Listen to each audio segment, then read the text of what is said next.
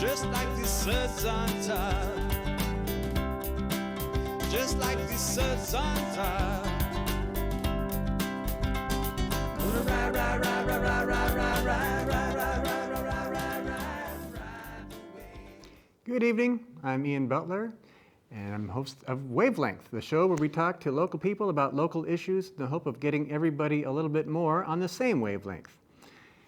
Now, it's great to be back in the studio again after that long, scary COVID thing, and I'm kind of learning how to talk with humans face-to-face again, and we're going to practice that today with my guest, who is a skeptic.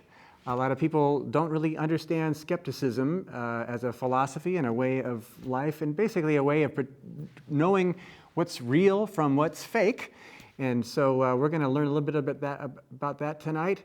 I'd like to welcome Jay Diamond. Welcome to the show. Thank you very much. Yeah, so you are, I guess, you were a member of Bay Area Skeptics, right? Yes. A club, yes. A group. Yes. Okay. I've been a member of Bay Area Skeptics for a number of years. I've been a skeptic for most of my life, but didn't realize it was a thing that people actually did and congregated around until I moved to London. And in London, they do this thing called Skeptics in the Pub, where they started it about 20 years ago. And the guy that started it basically sat with a bunch of old gray-haired guys in the basement of a pub for 5 years. And now it's 200 people, wow, and the best speakers in the world, and it's fantastic. So when I moved back here from London, I decided I needed to seek out some other skeptics. So I started my own skeptical group, and eventually I started working with the Bay Area Skeptics. But the Bay Area Skeptics already existed. You finally found them, I guess. It did. The Bay Area Skeptics is actually the oldest regional skeptical group in North America. There's a few larger, like national and international groups. So how old is the oldest group? So we've been around since 1982. 82, okay. Yeah.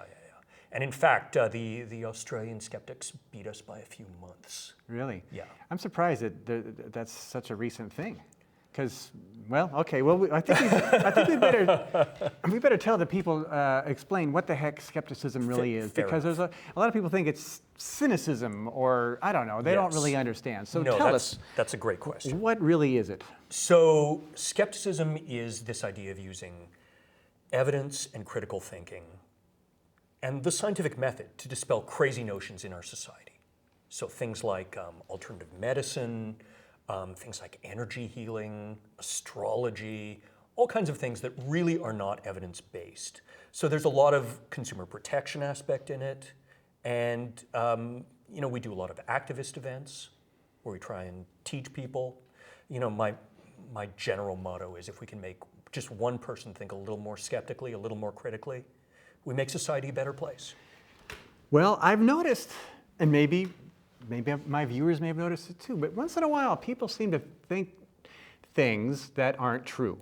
Yeah, that seems to happen. Turns out, we're silly, fallible humans. Yeah. We fall for things all the time. And that's not just silly people, that's not just dumb people, that's humans, that's our species. We fall for con men, and we fall for cults, and we fall for crazy conspiracy theories for the same reason that people fall for magicians and optical illusions and marketing. And what is that reason? Why do we fall for these so easily? What's our flaw? Aren't we like logical? We're the smartest species ever, man. Yeah, we gotta.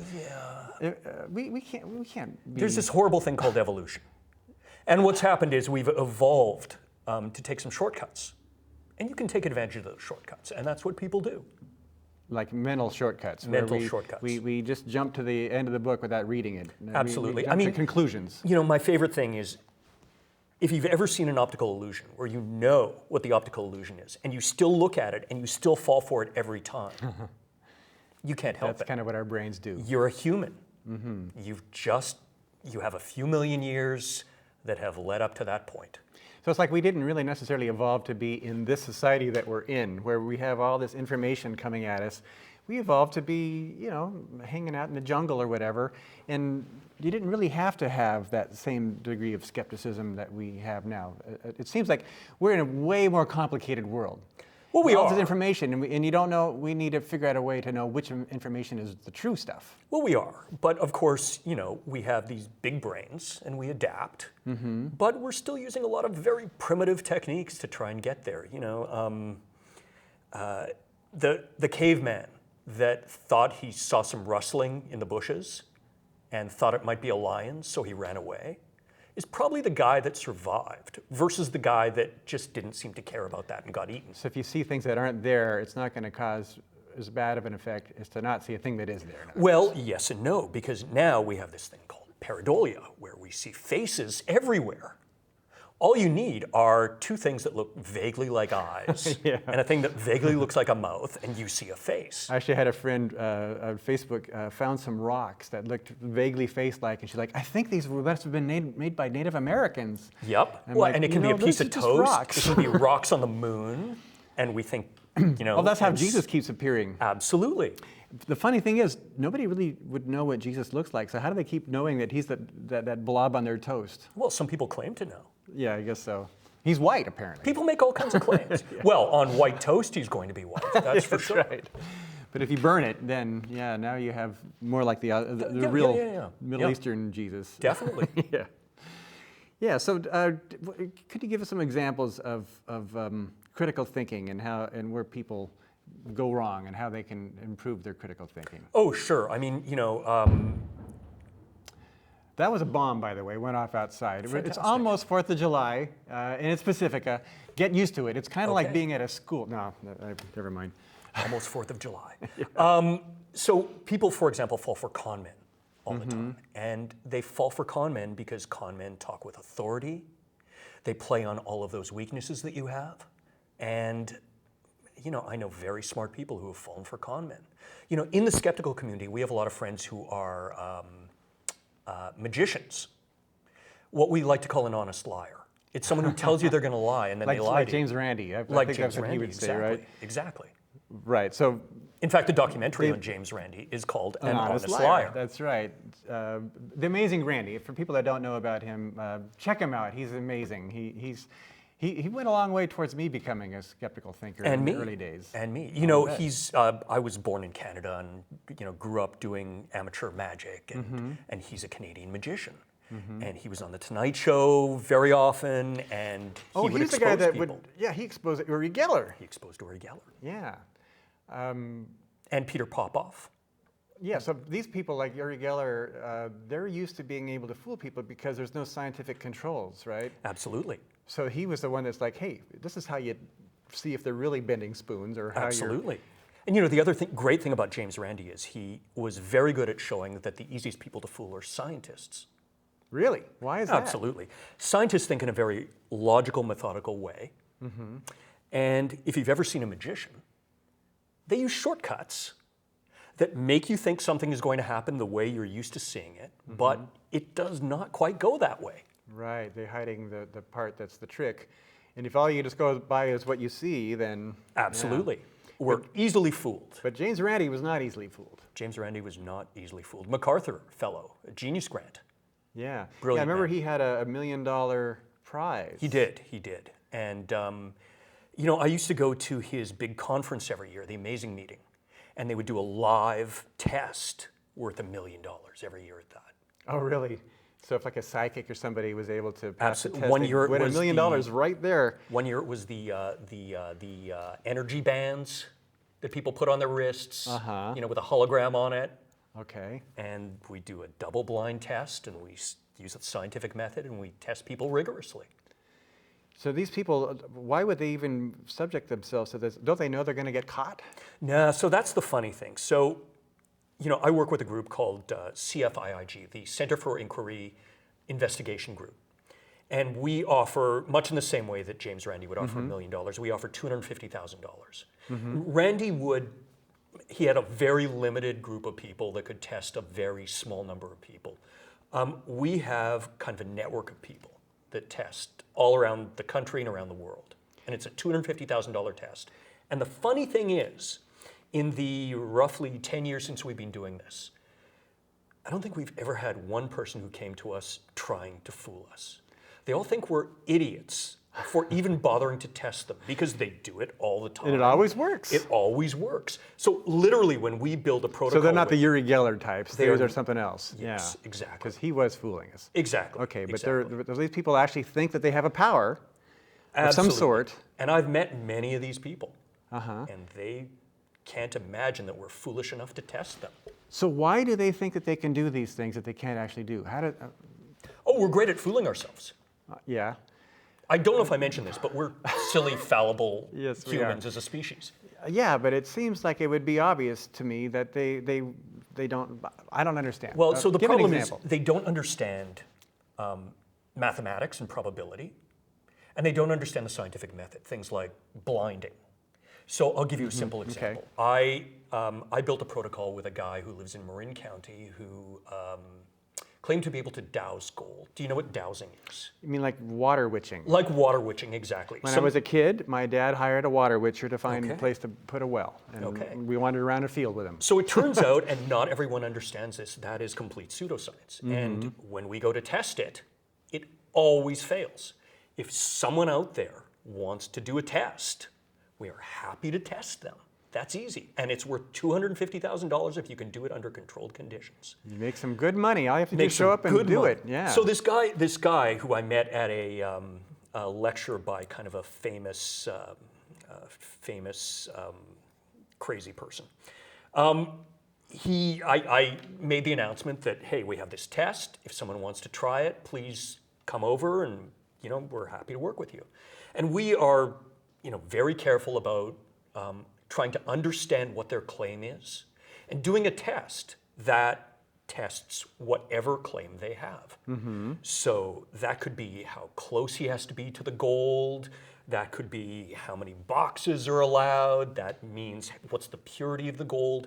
We go through all of that and we build a protocol with the claimant. We come all the way through and we get to the end and then we say, okay, you should probably try testing yourself. So have a friend come over. Now that you know this protocol we've agreed on, and you should try this. And so in this case, we did. And So the protocol would involve a double blind, I presume. So the that's why protocol you need a involved a friend to come double-blind over. test, absolutely. And after he tested himself, he said to us, it turns out that I can't do this as well as I thought I could. Not that he couldn't do it. Just not as good. Not he wasn't as going to go well. all the way there. Not as well as he thought he could. And so the issue was every time he would test himself before that, he would put a piece of gold under a box and he would find the gold there. But he knew the gold was there. But he knew the gold was there. He wasn't double blinding himself. He wasn't blinding himself, exactly. Yeah, I imagine so many people that believe they have claims, powers, like aura reading. Absolutely. I went to an aura reading kind of as a hoot, and I did see Amazing Randy did it's on YouTube where he tests. He just puts them behind a screen so that the person can't actually tell. Yeah. And so somebody supposedly, if you can read an aura, you can read it through a screen, but they all fail once you get the screen there. Some of the claims we have are just things you'd never expect. We had a guy who claimed that he could tell whether people were dead or alive from a picture. So we tested That's them. easily testable, yeah. So it's all about testable claims, right? Right, sure. You were asking about skepticism. So a lot of people think we're atheists. Well, we're kind of a non-religious group. A lot of people think we're, political. Well, we aren't a political group. We believe in the scientific method. We believe in science, and as you said, trying to be less wrong as we go forward in life. Right. Well, you want to believe as many true things and as few false things as possible. And get better at that over time. That's it. Right. Yeah. So tell us some more. Okay. So there's this. So I have a funny story. Okay, One of the things we do when we go to test these guys is we have two stages. The first is a preliminary test where they have to pass about 5,000 to 1 odds against doing what they claim to do. Okay. And we always give them, even though they say they can do it every time, we always give them a few chances to fail. A few tries. Right? So that's about 5,000 to 1. And then to win the $250,000, they have to prove that they can do it about 1,000,000 to 1 against just random chance. So we go to test this guy who claimed to be able to tell whether people were alive or dead from a picture. Right, right. And we were actually testing him in Germany with a colleague of ours in Germany. And we were on Skype, and I was in a room with 3 other skeptics. And I was the only one that knew the actual results of every test. And one of our skeptics in the room managed to get an amazingly good score. He got about 16 or 17 out of 20 correct. Oh, really? Which is crazy against the odds. Right. Especially because in the second half of our test. But those anomalies happen, though, in life. In the second half of our test, he said, you know what? I'm going to change things up. Every time I think someone's alive, I'm going to say they're dead. And every time I think they're dead, they're going to say. And he got literally everyone right on the second 10. Wow. Which is crazy.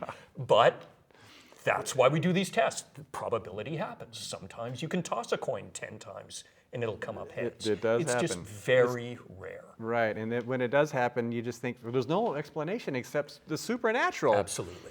Okay, so how many people have you tested over, with this protocol in total, would you say? So most of the tests happen in Los Angeles, and we do a few up here in San Francisco, and we've tested, I don't know, hundreds of people. And how many people have passed? None. You've never had Nobody's to give passed the preliminary test. let alone made Let it, alone the made it final to test, the yes. Mercury round, the final round. Yes. And it's funny because they all go through the same process after they fail. What process is that? At first they say, I really don't know what happened here. Because we always start the test by saying, are your powers working today? We'll give you a little simple test, like here, we'll take the gold, we'll put it under a box, can you sense it? And they'll always say, no problem. And then we'll go and we'll do the fully blinded test, and they fail, and they say, I have no idea what happened here. Then they come back and they say, well, you know, the problem was we had skeptics in the room. If we didn't have skeptics in the room, How does that work? well, it's all this special pleading. The magic doesn't work if anybody's watching. It has to keep itself hidden. And also, we agree to the protocol with them. Right. We go through and methodically say, can we have cameras here? Can we have cameras there? Can we do this? Can we do that? And they tell us what we can do and what we can't do to make sure that they're the most successful. Well, a lot of times what happens is people are debating about which supernatural beliefs to have. You know, that's what religion is, for instance. And it seems to me that first of all, you have to prove that there is any supernatural before you move on to the debate of which supernatural is the true supernatural. Absolutely. And absolutely. it seems like based on your results of these hundreds and hundreds of tests, plus all of James Randi's, it seems the likely thing is that there is no such thing as supernatural. I mean, that's well. Here's the thing I keep telling my colleagues in CFIIG. I would love to be that guy who wins the Nobel Prize for showing that physics is wrong. Yeah, for sure. I'd love to be that guy. I'm skeptical, but hey, you know what? If someone can prove it, hey, we do all kinds of crazy things all the time in science that don't seem like they're possible. And then we make it happen, right? There are things we don't understand. Yeah, it's true. Yeah, I'm curious about that. Okay, but a lot of people think that it's maybe not harmful. It's kind of a fun thing. If you like crystals and crystal healing, is there any downside with holding that crystal and praying to it? And I don't know. What's the harm in all this psycho stuff? Yeah. So the problem is very often people will, first off, they'll spend a lot of money doing this stuff. They'll spend a lot of time doing this stuff. They'll forego real medical treatment. And very often, that's what will kill them. They'll put off the real medical treatment until it's way too late. Right. You know, a good example of that was Steve Jobs. Steve Jobs. Steve Jobs, he believed he had a lot of magical thinking. And he put off medical treatment for a long time. Oh, really? Yeah. I didn't know that. I know he died of cancer. I don't know. Yeah.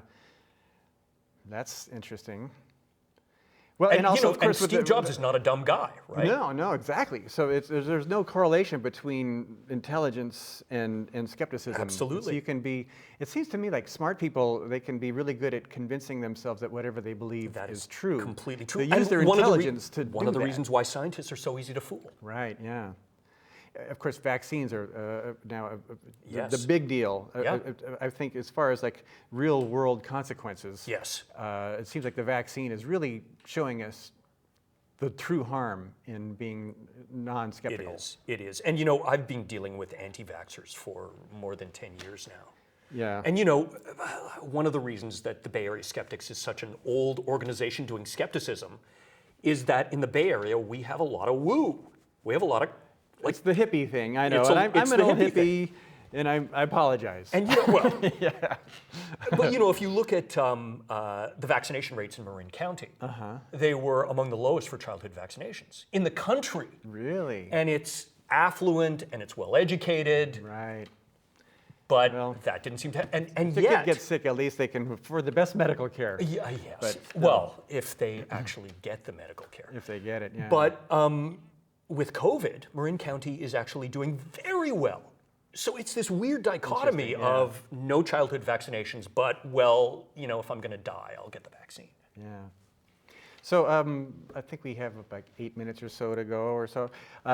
We should talk about what's coming up here, things that you're Yeah. doing. I know you're working on a big deal right now. Tell about that. We are. So our annual conference, Skeptical, is Mm-hmm. coming up. And if you go to skepticalcon.com, Put that up on the screen for you. then you can see all of our speakers. And our headliners are Bill Nye, the science guy. All right. And we have Steve Novella from the Skeptics Guide to the Universe. We have a guy from Snopes. We have a former ghost hunter who's now a real skeptical investigator. And Oh, wow. all about their transition. Oh, that would be interesting. We have the guy from the Center for Inquiry who is suing Walgreens and, CVS and Walmart For selling homeopathy, for I'm selling guessing. homeopathy. Sweet. So he is their legal counsel, and he's going to be talking about skepticism in the law. And okay. And so that's online, right? You don't have to go anywhere. That's all going to be online this year. So So people can go to that website, skepticalcon.com, to figure that out, I yeah, suppose. and we have some free events, we have some paid events, all kinds of stuff. And when is it? That is July 16th and 17th, July 2022. 16th and 17th. Okay, it's coming up soon. Coming up soon. Yeah, so we have to get this one aired first, Jason. Timing is essential. We want to get people going So out then there. also, Bay Area Skeptics does a monthly get-together that's like a Skeptics in the Pub. Now, we've been doing that virtually for the Right. last little while. We met at one of those a We few met years at one ago. of those a few years ago, absolutely. By the way, we met there, and you told me about the Skeptics Guide to the Universe, Mm-hmm. which I started listening to and reading, and it's actually been a huge. I recommend that to anybody. The website, the podcast, and the book. And the book, absolutely. You can't read that whole book and not come out of the end a smarter person. I think you're right. And Yeah. it's funny because the Skeptic's Guide to the Universe is a gateway drug for so many people that come into skepticism. Mm-hmm. They start listening to that, and the next thing you know, they're reading books and they're going to conferences and they want to meet more people. Yeah. And I have to say, the most interesting thing to me that I did not expect when I went to my first Skeptics in the Pub in London was that when you're in a group of people that think the way you do, it's your people. It changes everything. Churches have that. Churches have that, absolutely. Yeah, so we need to have, secular versions of that for the rest of us. Absolutely. So that's Absolutely. Yeah, I really enjoyed it. We were at, I think it was at Fiddler's Green. It was. That we met at. Yep. But now they're virtual. Right now we're doing them virtually. At Mm-hmm. some point we'll probably go back to doing some live ones. And then we also do a live Skep Talk every month where we get a fantastic speaker from around the world. We've had psychologists and scientists and all kinds of amazing people. I think that I showed you. I had the guy from the Clergy Project on here, Yes. Terry Plank. Yes. I met him at one of those events. Oh, wow. In San Francisco. Wow. I saw him speak, and I went up after because I found out he lived in Half Moon Bay, close by. Fantastic. That's how I got him on here. Fantastic. And yeah, you have some really great things. But are they happening now? Are you having live events? Or are they So just we're not doing live events nothing right at now. all, yeah. But here's the nice thing that we're doing. Because we decided to do this virtually during the pandemic, we're getting people that we would otherwise never get. We're getting people from Australia. I mean, we have Bill Nye coming to our conference, right? Yeah. Who's going to be doing a live thing at our conference. Also, the Recklesses can come. Absolutely. You don't have to leave your house. Absolutely. And then we're also doing a bunch of social and fun things at our conference, where we're doing a virtual Skeptics in the Pub. For the first time ever, we're doing a Skeptics in the Metaverse, where we have people that are really into VR. And we're going to be doing kind of a Skeptics in the Pub in VR, if people are into that. So we're doing a trivia night. There's all kinds of fun stuff. That sounds like fun. Any idea when you might be able to open that up to in-person stuff again? Well, hopefully in the next few months. But Okay. you know, hey, we're cautious. Well, We believe in skeptical. science. Yeah. So we only have a little bit of time, but I want to ask one last thing, because a lot of people who are, for instance, that don't believe that the moon landing occurred, stuff like that, flat earthers, they think they're the real skeptics. Yeah. Could you explain to them why they're wrong? I can and I can't. I mean, they're not a skeptic in the real sense. They're deniers. They're denying facts. And they often do what's called the Galileo gambit, where they say, you know, I'm being persecuted here, right? I have an outsider's opinion, and everyone else believes something else, but I might be the right one. Now, it turns out that Galileo was the guy that followed science. Right. And so, you know, I will believe anything if you give me evidence for it, which is why I test these people with these very extraordinary claims. So I guess the trick is to not believe things before the evidence. Absolutely. Yeah.